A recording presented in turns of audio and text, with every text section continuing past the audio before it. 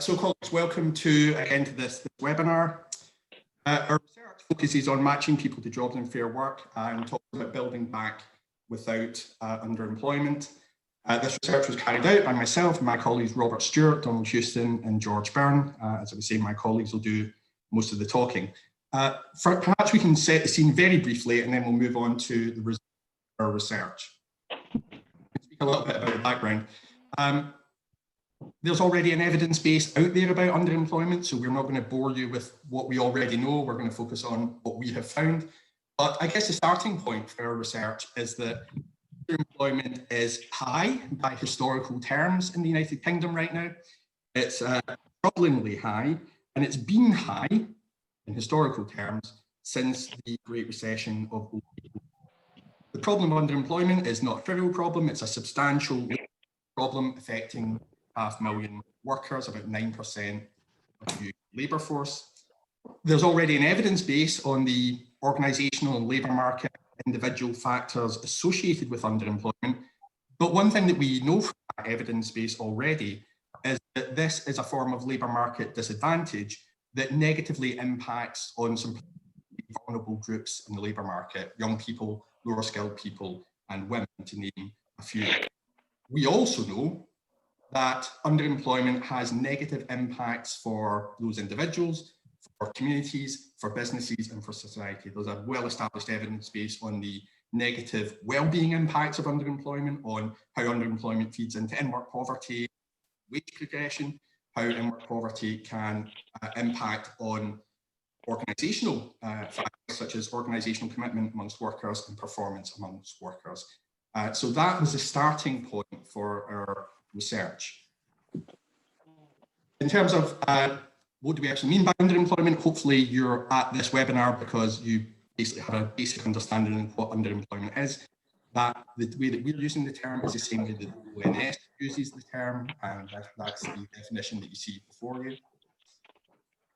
About our research, we decided that we'd to look into this issue in more detail. We conducted quantitative data analysis. I'm not going to talk too much about the methods right now, but my colleagues will talk you through those methods. So we conducted quantitative data analysis on the factors associated with underemployment, and especially how underemployment connects with other labour market variables around unemployment and productivity.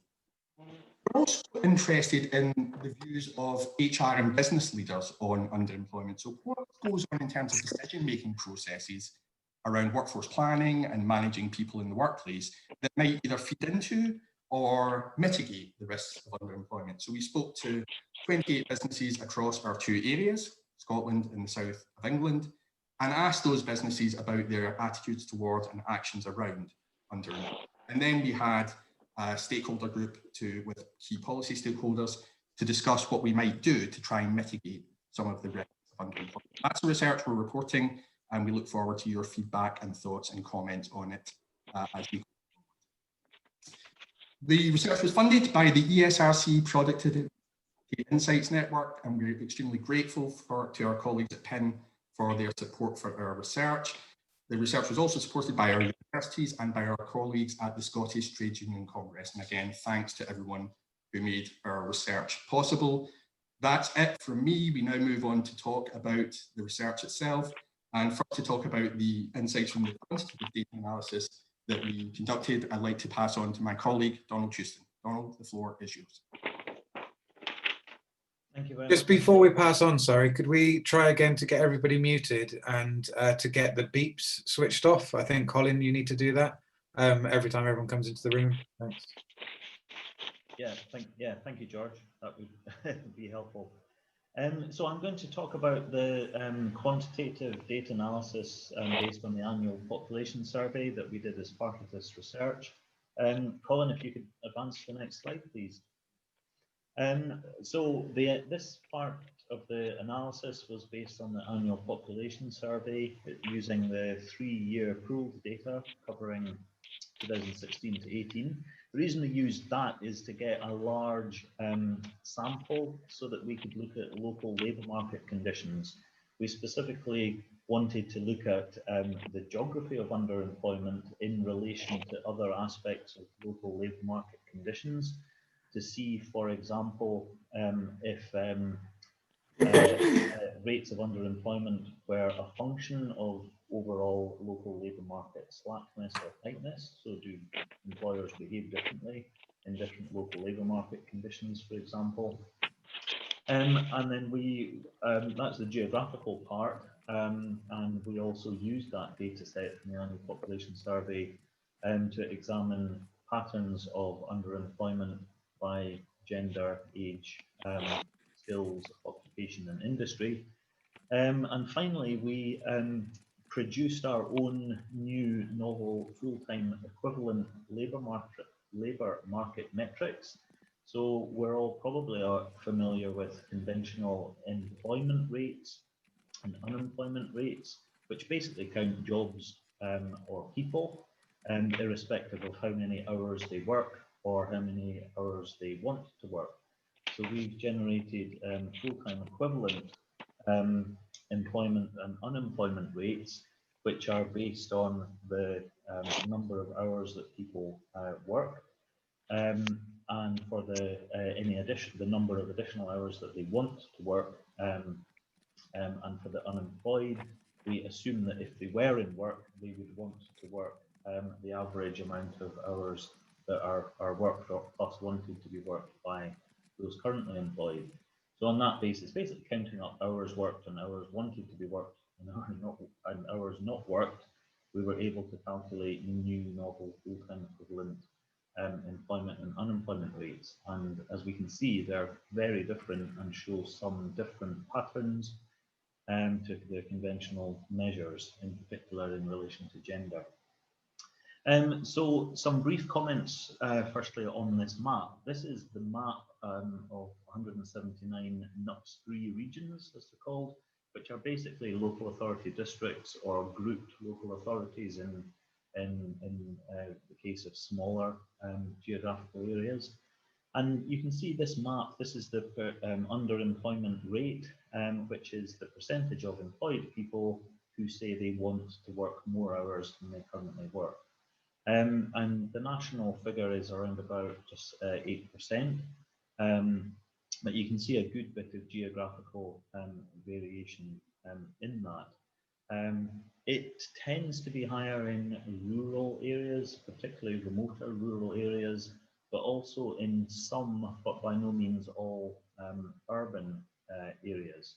So this map shows some similarities, but some differences to the map of unemployment or other conventional maps or conventional expected patterns of disadvantage that we might expect. Next slide, please, Colin. So part of the research that we were doing for the ESRC's Productivity Insights Network, because that network was specifically about productivity, we looked at the correlation with productivity, we looked at the correlation with employment and unemployment and a whole host of other factors based on these 179 NUTS3 areas. Probably the most remarkable thing was actually how little correlation there was with any of these things, which in itself is an interesting finding, and probably points towards the fact that there are a multitude of different things going on to produce underemployment. One of the slightly stronger or less weak correlations that we did uncover was with the unemployment rate. So underemployment is linked with local unemployment, but only quite weakly so. Next slide, please, Colin. Turning now to some of the socio-demographic, industrial and occupational patterns. We can see here the top row is all ages. The first column is hours worked, average hours worked per week by the employed.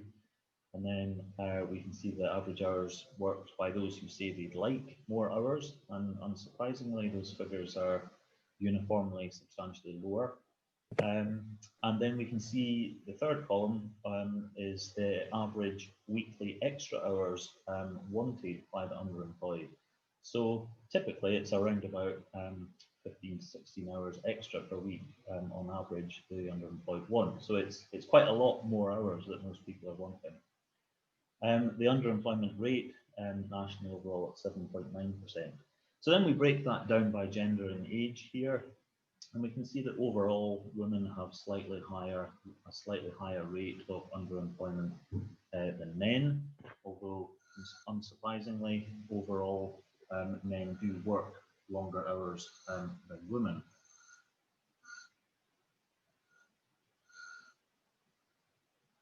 Sorry, the fan on my computer has just started making a horrendous noise, which you can probably hear.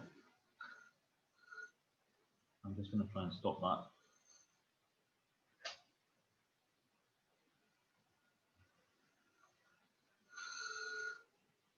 There we are. Sorry about that. And also, it's underemployment is much higher, considerably higher amongst young people. So the 18 to 24-year-old group, much higher than older workers.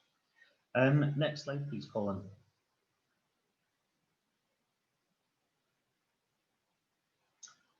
We also looked at on the same data in relation to industry groups. This is based on the nature of the business or enterprise. And here we can see that two of the broad industrial groups stand out with substantially higher levels of underemployment than all of the others. In fact, those two, distribution, hotels and restaurants, and the other services category, are the only two that are above the national average. All of the others are actually below national average. Next slide, please, Colin. And we also looked at levels of underemployment by occupational group based on the jobs and the tasks and jobs that people actually perform. And again, as with the industry groups, we can see in this case, three occupational groups really stand out as substantially higher than all of the rest. Caring, leisure and other services, sales and customer service, and lower skilled elementary occupations. Next slide, please, Colin. So we now turn lastly on the quantitative metrics to the new full-time equivalent labour market metrics that we've calculated based on hours worked or extra hours wanted. So I'll just, before I highlight some of the key findings in this table, I'll just quickly talk you through how the table is structured to orientate you. So the first, if you maybe look at the first row of numbers first, so that's all people aged 16 to 64. So the first first three columns relate to the employment and employment rates. And then the next three columns over on the right-hand side of the table relate to unemployment and full-time equivalent unemployment rates. So the first figure then, the 63.6%, nationally, that's our calculated full-time equivalent employment rate. So that's simply adding up the total hours worked and dividing by the working age population multiplied by 37.5, assuming an average full-time employment of 37.5 hours per week. That is, unsurprisingly, considerably lower than the conventional employment rate, which simply counts the number of people with a job and divides by the total working age population. But it's substantially lower, 10.9 percentage points lower than the conventional employment rate. Now, if we continue going over to the right, the full-time equivalent unemployment rate is 9.1. And that is basically double the conventional unemployment rate based on counting people rather than counting hours and hours wanted. So a substantial difference. I think perhaps most significantly, as well as the fact that unemployment is higher and employment lower, if we count hours rather than people and jobs, we get a fundamentally different pattern between men and women. Particularly on the unemployment rate. So men on the conventional unemployment rate men are slightly higher than women, 4.7% versus 4.5%.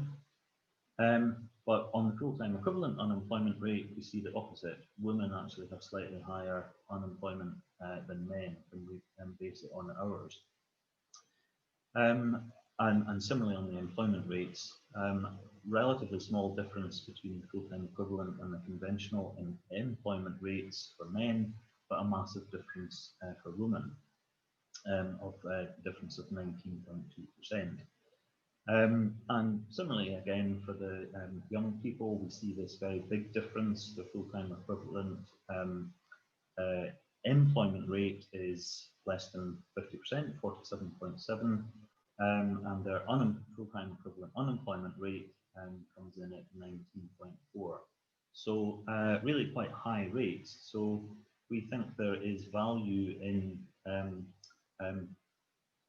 systematic use of full-time equivalent employment and unemployment rates, as well as the existing conventional measures, really quite revealing.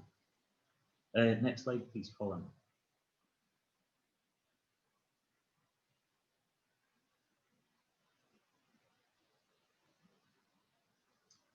So just summing up what the main insights we've got from the quantitative analysis. Firstly, underemployment is linked to underlying weak labour demand, particularly in remote or rural areas. Underemployment is strongly linked to certain service sector industries and occupations. Thirdly, underemployment disproportionately affects young people and women. Fourthly, new full-time equivalent metrics help better reveal patterns in the overall balance between labour demand and supply in conventional employment and unemployment rates. And by way of conclusion, encouraging good jobs, but which would often, but by no means always, be full-time jobs, but also allowing flexibility will be good for productivity of businesses, but also the well-being of employees. Which is quite a good segue into the qualitative analysis that I believe George Byrne is going to talk to next.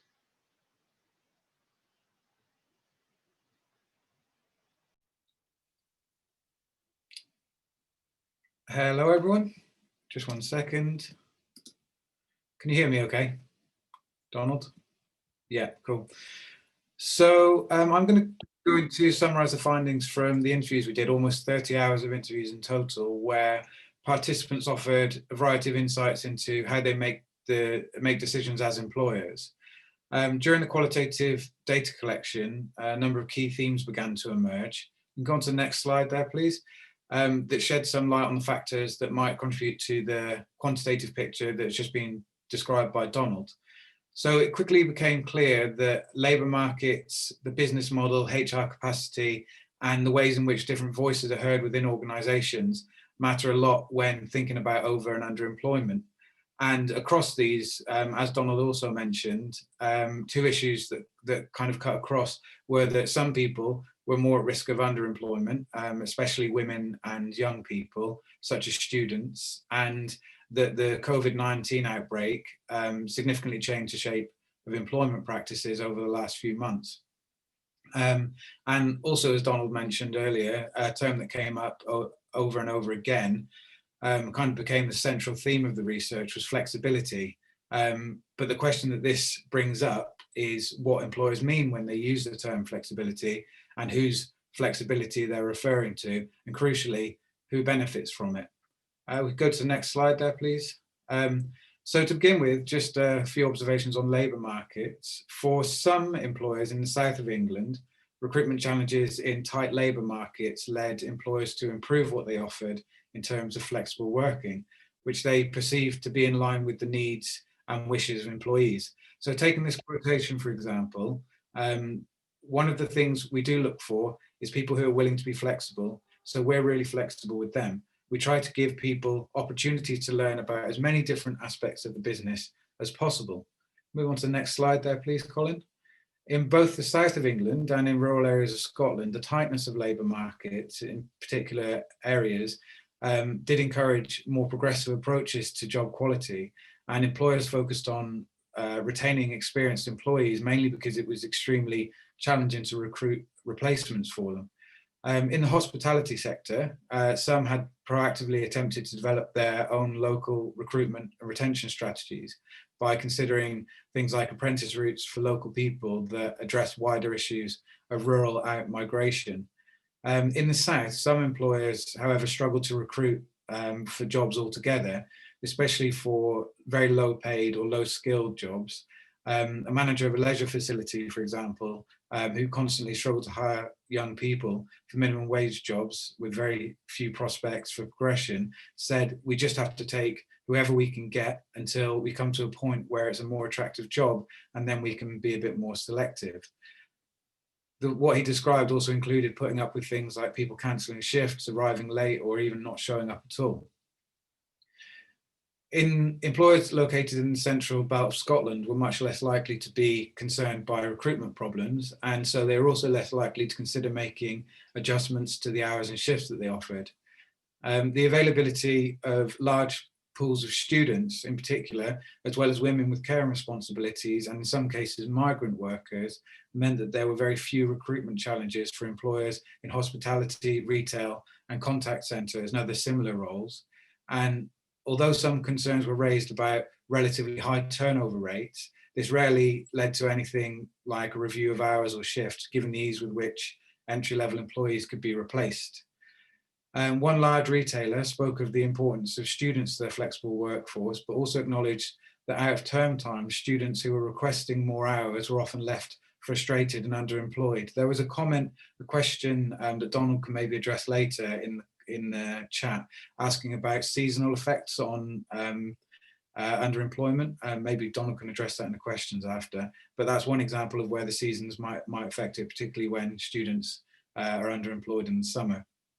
In addition to this, the labour market uncertainties caused by Brexit and job losses that are associated with COVID-19 has also been acknowledged by a lot of employers to have changed the balance of power between employees and employers.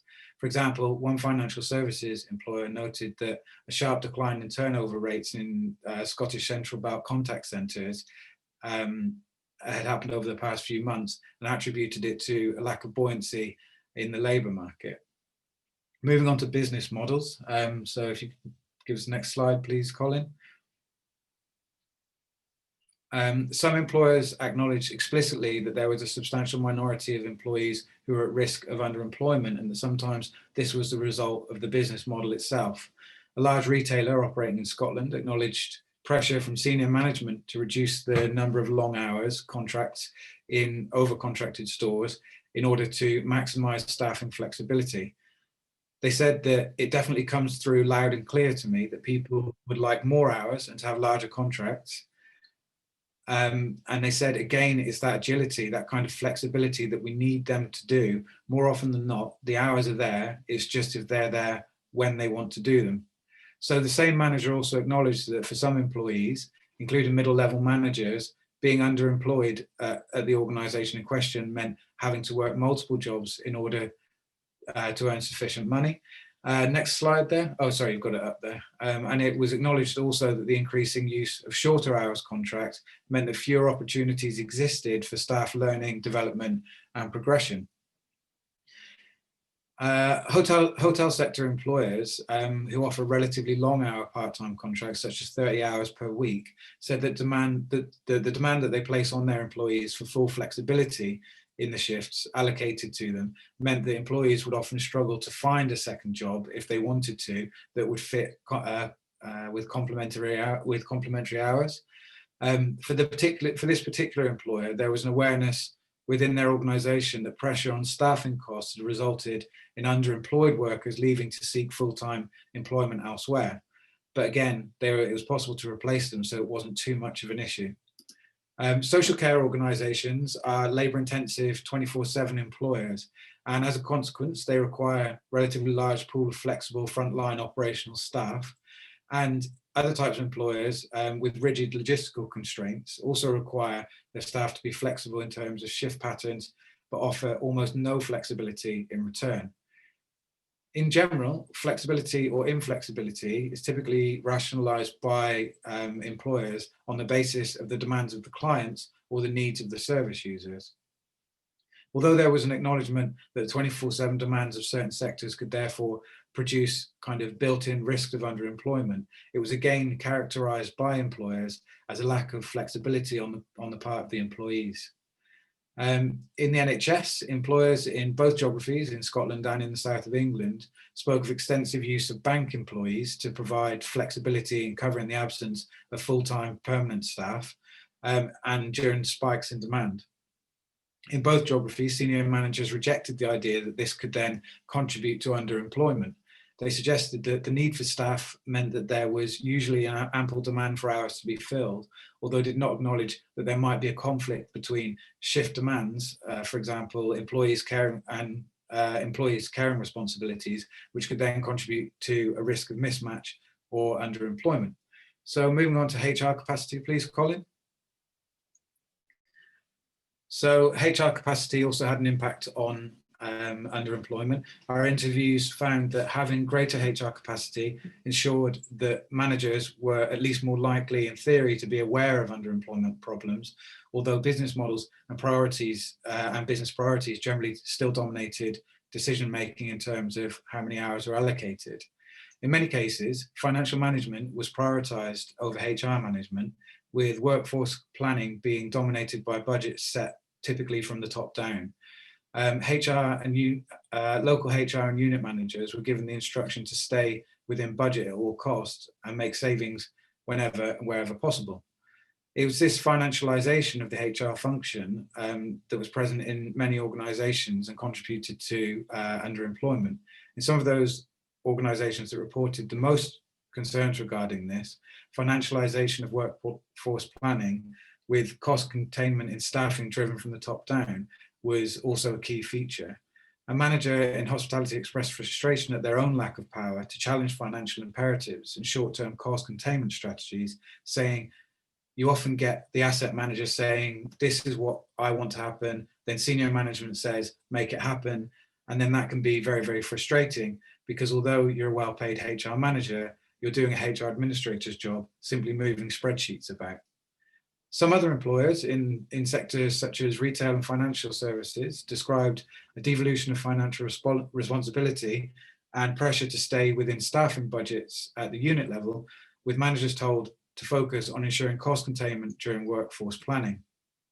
Managers in financial services organizations in particular described a strategy that they called minimum survival cost minimization, which provided the parameters for staffing decisions and meant that managers were challenged to spend the absolute minimum possible resources on staffing while ensuring that only the most basic functioning or survival of their service can be maintained.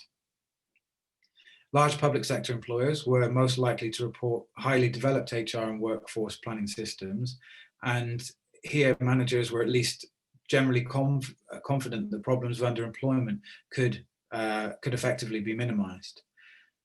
Conversely, smaller hotels, hospitality employers and food outlets and things like that generally reported having somewhat limited or informal HR capacity. But in all of these organizations, managers and supervisors primarily controlled access to shifts and hours, and any significant issues only rarely made it to the level of HR. Moving on to the mechanisms for employee voice and stakeholder and other stakeholder voices. Interviews found that a range of stakeholders had a voice in workforce planning and matching people to shifts and hours. In some of the minimum wage and low skilled jobs, especially those employing younger people, staff voices were not often heard, sometimes not heard at all. In the following example from an organization with a very high staff turnover and employees, all of whom were on part-time hours, had very limited mechanisms in place to address this, but the lack of success was again seen as an issue with employee commitment. He said, they're so in and out and tough to pin down. We do have a monthly all staff meeting, but it's by no means the whole team that turn up. It's just whoever fancies coming in. you'd like to think that having a meeting, an opportunity for people to come in and put some views on the table would attract them. But I guess unless we agree to pay them, they won't come in. So bear in mind that was a minimum wage role, and the staff were expected to come in on their day off for the meetings without being paid. On to the next slide there, please, Colin. Where there was substantial membership to organisations like unions, managers reported constructive relationships where unions provided a useful voice and a challenge to inform better decision making. Partnership working and constructive relationships between unions and large public employers, such as the NHS, were important in forming a range of HR strategies, including planning for hours and shifts, addressing concerns related to overemployment and underemployment, and various other kind of HR issues. But some employers were aware that union representation in recent years has become less visible, particularly at the unit level, if not at the national level. Both in terms of employee voice and information networks, influencing decisions on hours and shifts, we should again reiterate here that in most organisations that we spoke to, decision making was financialised and driven from the top down, especially in bigger organisations. Fixed budgets based on cost, income and profit projections were combined with targets to minimise staff costs and set parameters for workforce planning. This top-down financialisation and almost singular focus on cost minimisation has led to some organisations arriving at a workforce planning and staffing strategy that has locked in both low pay and underemployment within the business model. For public sector organisations and third sector organisations, funding packages provided by the government or other donors often set the context for decision making around workforce planning, but ultimately did not directly impact HR strategies. In some of the smaller employers, for example, in social care sector, managers argued that having relatively small workforce numbers combined with relatively flat organisational structures meant that there were clear lines of communication. Generally, they were able to tell a convincing story about how the proximity of managers to staff, combined with an open door policy and regular team information sharing events, allowed for the majority of HR concerns to be raised directly with managers. For some growing smaller employers, though, there were some worries that the growth they'd experienced had made it more difficult to hear the concerns of employees at the front line. In the medium-sized organisations, especially those in the third sector that had already grown organically, they typically had a mix of kind of formal and informal feedback mechanisms and tended to take a more active role in improving employee well-being. Conversely, larger organisations cited mechanisms like employee engagement exercises, pulse surveys, employee forums, and crucially, upward reporting by line managers and business unit managers as key sources of information about whether employees are experiencing underemployment. On to the next slide there, please, Colin.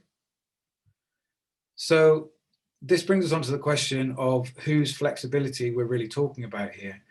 As noted earlier, flexibility is a key idea that came up again and again throughout the research, but there was some tension regarding what it means and who benefits from it. Some employers worked on the assumption that their flexibility was something that was valued by employees, but the following comment sums up the idea that employers want flexibility from employees and see it as mutually beneficial, while in the end, business needs come first. This participant said, "We will be as flexible as we possibly can. So from our point of view, because we're much more flexible and accommodating with other things, we tend not to have any pushback from people doing extra hours. And if people want to reduce their hours, where we can, we will absolutely support that flexible working request. But we have such small teams that often what we have to do is go back to them and say, we just can't agree to this now, but ask us again in another 6 months." A lot of employers saw the lack of flexibility on the part of their workforce as a key driver of underemployment.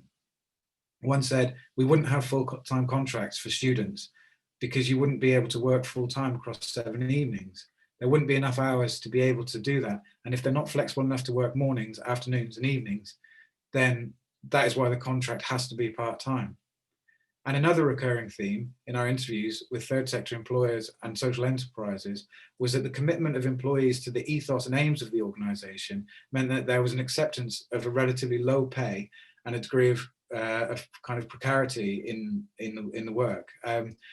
One social care employer in Scotland also made the case that their employees were content with the temporary non-fixed hours contracts, but could offer little evidence of this other than that they, as in the employees, had not directly challenged the current working conditions. Employees in the third sector sometimes assume that managers being supportive and flexible with requests for time off or flexible working justified normalization of overemployment, whereby employees were expected to exceed regular requests to do more than their contracted hours. And we also had people citing employees working extra hours that they weren't paid for in order to get the job done. During the COVID-19 outbreak, to summarize the findings, there appears to have been a magnification of existing themes. The first is that flexibility in its various forms is not only a critical part of making sure that needs of workers and businesses are met, but also in terms of being responsive to changing contexts at the personal, organizational, and social levels. The issue with this is that what represents flexibility on the side of the employee can also present a logistical difficulty for the employer. Conversely, an employer's understanding of flexibility can lead to precarity for the employee. So with the closing of schools and the changes in at-home caring responsibilities, existing gender dimensions of flexibility became increasingly apparent.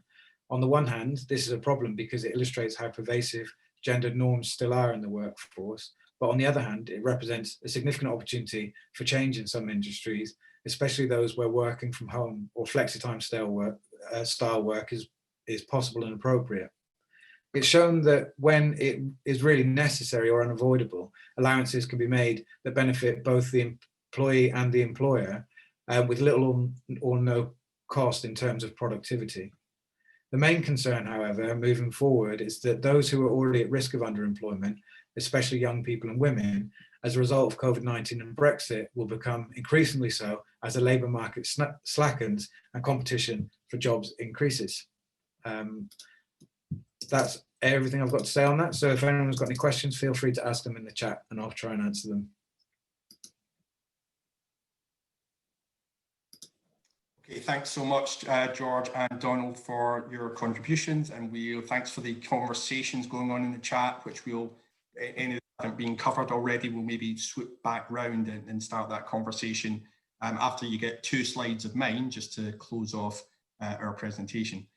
So first, I want to thank so much my colleagues from both Portsmouth and Strathclyde for all their hard work on this, for crunching the numbers and doing the mapping, and also on the quality research for our colleagues who had to go and knock on the doors of employers and ask them if they want to talk about underemployment, which, believe me, is no mean feat. It's obviously a conversation that many employers are sometimes reluctant to have or sensitive around. So thanks for your great work on that. As I was saying, we took those findings from those first 2 phases of research, and the last piece of work that we did was to gather some policy stakeholders together from government at all levels, from the UK, Scottish government, local government, both in Scotland and England, and the usual suspects, the usual policy and trade union stakeholders who you might consider. And reflecting on all this, I guess at the end of our report, we have some suggestions for policy. That's what we're really interested in terms of thinking about how we might impact policy and practice. So the thoughts that we've had, and again, we would value your insights on this, the immediate thoughts that we had were that there's a job to be done, clearly, after the COVID crisis in terms of regenerating and building back in some of the most vulnerable regions and labour markets in the UK. And those sort of economic development measures need to be informed by an interest in reducing and eliminating underemployment and building back with fair work. So our first argument is that agenda has to be central to economic development strategies.